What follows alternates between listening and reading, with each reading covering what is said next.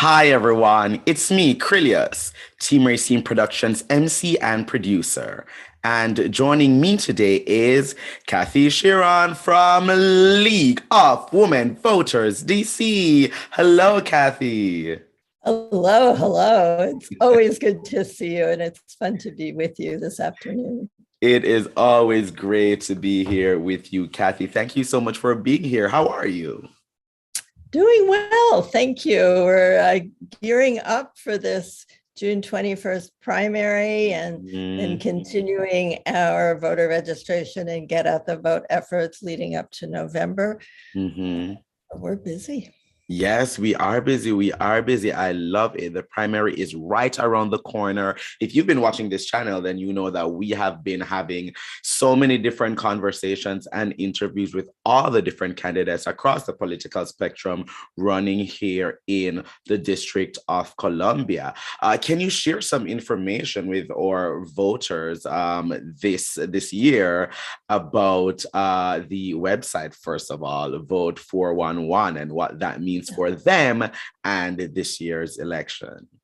Yeah, thank you. Yeah, Vote 411 is a terrific resource for voters actually from anywhere in the country. Mm-hmm. Just open the link, vote411.org, and where it says find out what's on your ballot. Right there, you just plug in your address. All the information will come up of what's on your ballot. And most importantly, it has nonpartisan candidate information. Mm-hmm. So it's a terrific place to see the biographical data, answers to questions that the league has proposed to the candidates. So you get to see their positions. And it's, as you all know, the league is 102 years old, and we've been in this business to empower voters and defend democracy and educate voters for all those 102 years. And this is a really fabulous source for all of that voter information. There's also places to find where the polling places are and the times that they're open.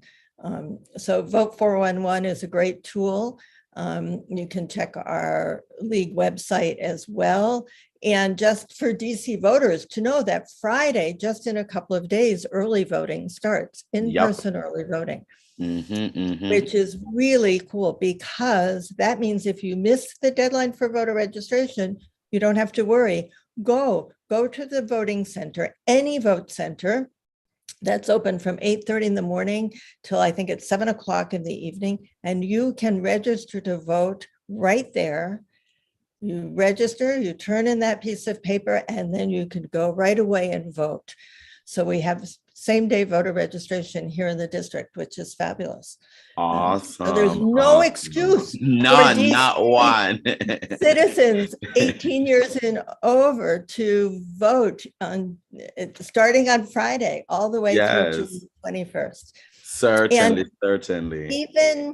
Even 17-year-olds can vote if you're going to be 18 by November. So high school seniors and young people, if you're 17 now, but you're turning 18 between now and to the beginning of November, you can vote now in this primary. It's wow, cool. Wow, that is pretty cool. I didn't even know that.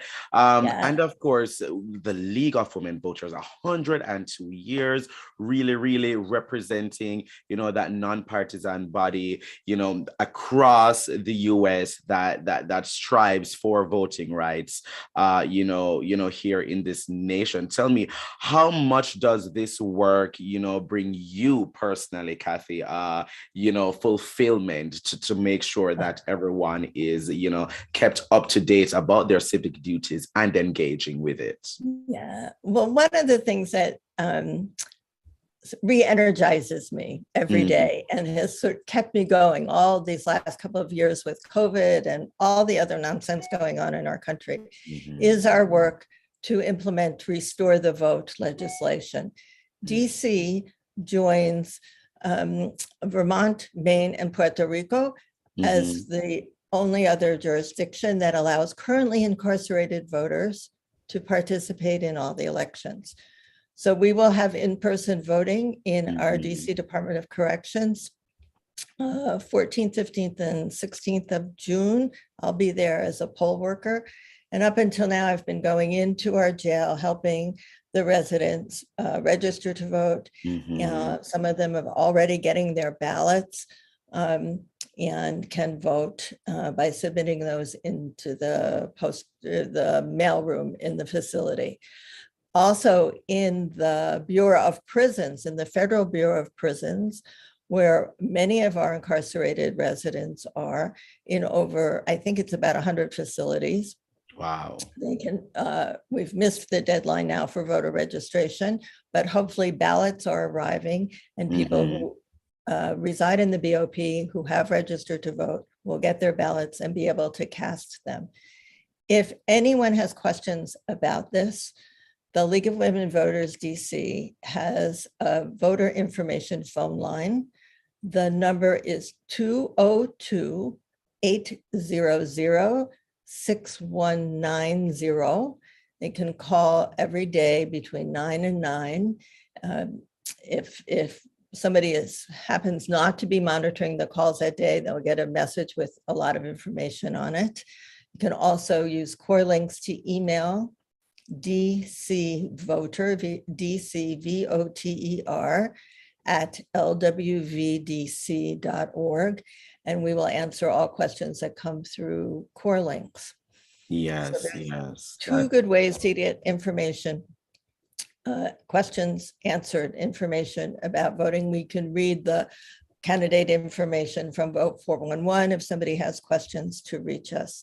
And this is really, I'm really proud of DC. Yes, yes, me too. And I know that one of the biggest things that, the League of Women Voters, you talk about it all the time. It's one of the biggest things for many DC people is DC statehood. That's a big part of, us here residents in DC. Statehood for DC, it's right behind you. And one of my favorite things, of course, is those DC Statehood quilts. So wonderful from all over the country. Talk a little bit about these quilts for me.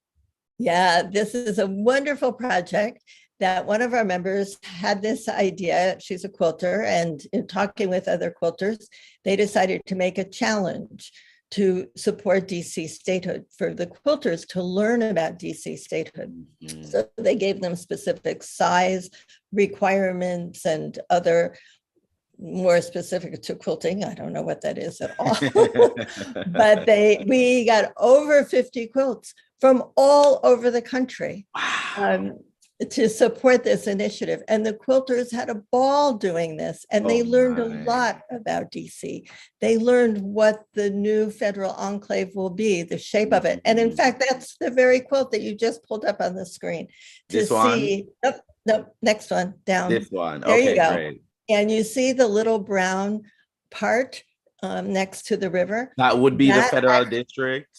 Yeah, that's the new, what will be the federal enclave and remain the nation's capital when we become Douglas Commonwealth. So all that part that's in that lovely yellowish color will be the state of Douglas Commonwealth, where all of us live. The 700,000 people live and work. And that other little brown section there, the federal enclave, includes the mall and all the museums. And I think the only residence in that whole area is the White House. So it doesn't change, the day in and day out lives of people. And I know that you're having an event coming up where people can learn more information about DC statehood, what that means for them, what that will look like, really, really envisioning DC statehood. So I'd love for you to talk about this upcoming virtual panel. There, I just reached for the paper, but there you have it right in front of me. Oh, it's wonderful. Yeah, this is the second of a 3-part series that we're doing on envisioning DC statehood. And this one will focus on government by the people. On June 16th, from 7 to 8:30 in the evening. And the link to RSVP to get the Zoom link is on our website. After the 3 panels, there'll be a 4th one in September, and that'll be a full day conference, the State of Statehood conference going on. And we have top speakers, John Boker. He's a partner at Aaron Fox and been very instrumental in writing our DC Constitution and a longtime activist for statehood. Kathy Patterson is our DC auditor, and Beverly Perry is a senior advisor to the mayor. And the moderator is our own league, Ann Anderson, who has chaired the DC Statehood, Full Rights for DC Statehood Committee for the league for many years. And it'll be a real treat to have her moderate this panel. It should be fantastic.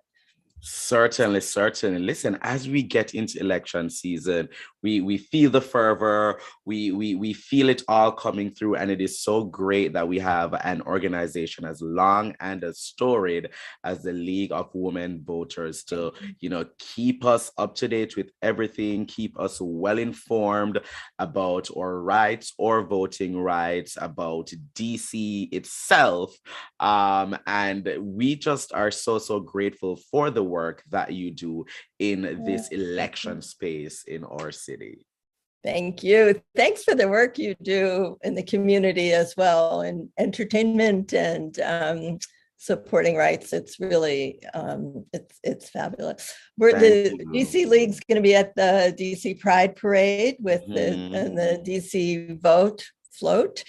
And then we'll also be as a group in the Poor People's Campaign March the following Saturday. So the first event this coming Saturday is the Pride Parade on the 11th, and then June 18th is the Poor People's Campaign, and the League will be there in full force with signs to support voting and DC statehood and our Vote 411 materials. So hopefully we'll see you there. Definitely. Happy Pride to everyone. Kathy, how can people find out more about the League of Women Voters, follow, keep up with what you're doing, and get more information? Yep. Well, you've got it right on that screen. So Vote 411, and then our League of Women Voters DC website has our calendar and links to everything on that as well. So embarrassingly, one of the pictures on the panel that comes up that goes across the screen is one of me giving a speech, and my face is really funny, but it's all good. Yes. Go fast over that one. Yes. Well, we are going to have those links in the description. Vote 411 and the League of Women Voters. We're going to have those links in the description below so that our viewers can go ahead and click and check that out. I'm excited that it's Pride season. I'm excited that we're in the election season again. And I'm excited that I got to chat with you today, Kathy. It is always a pleasure, and I can't wait to welcome you back. Thank you so much. Oh, thank you, Krylios. It's great to see you and be with you again.